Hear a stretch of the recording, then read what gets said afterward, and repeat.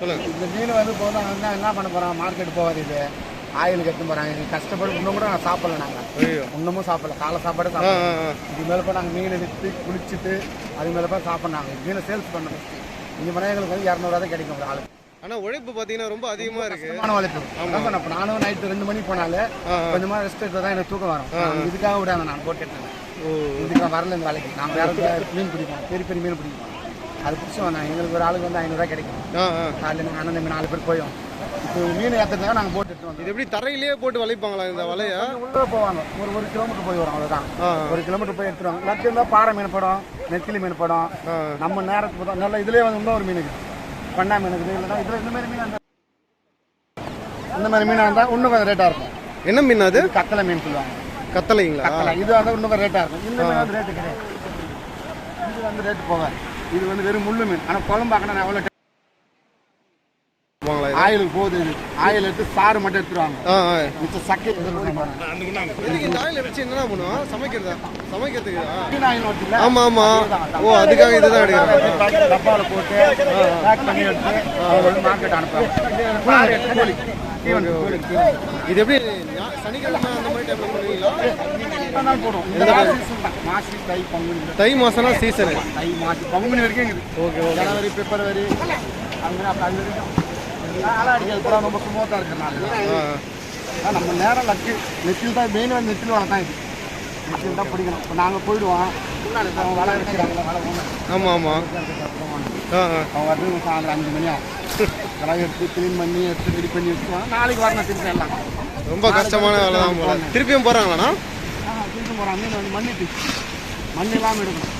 வாங்குறவங்க மண் இல்லாமல் வாங்கினா வாங்குவாங்க. இல்லை வாங்க மாட்டோம். நீ காலையில் வந்து நிச்சயம் நல்ல நல்ல மீன்லாம் எடுக்கலாம். எங்கே அங்கேயாண்ணா?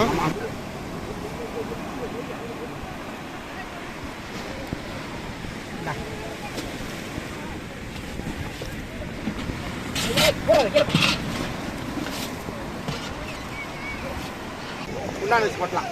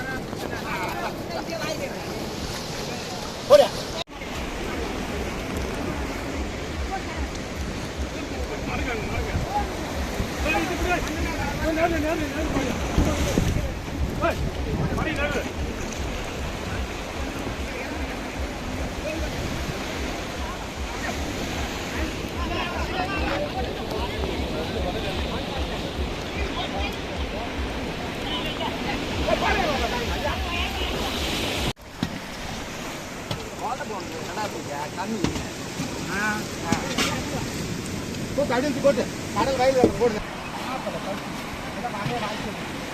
இன்னொரு 1/2 மணி நேரம் வீடு போயிடும்.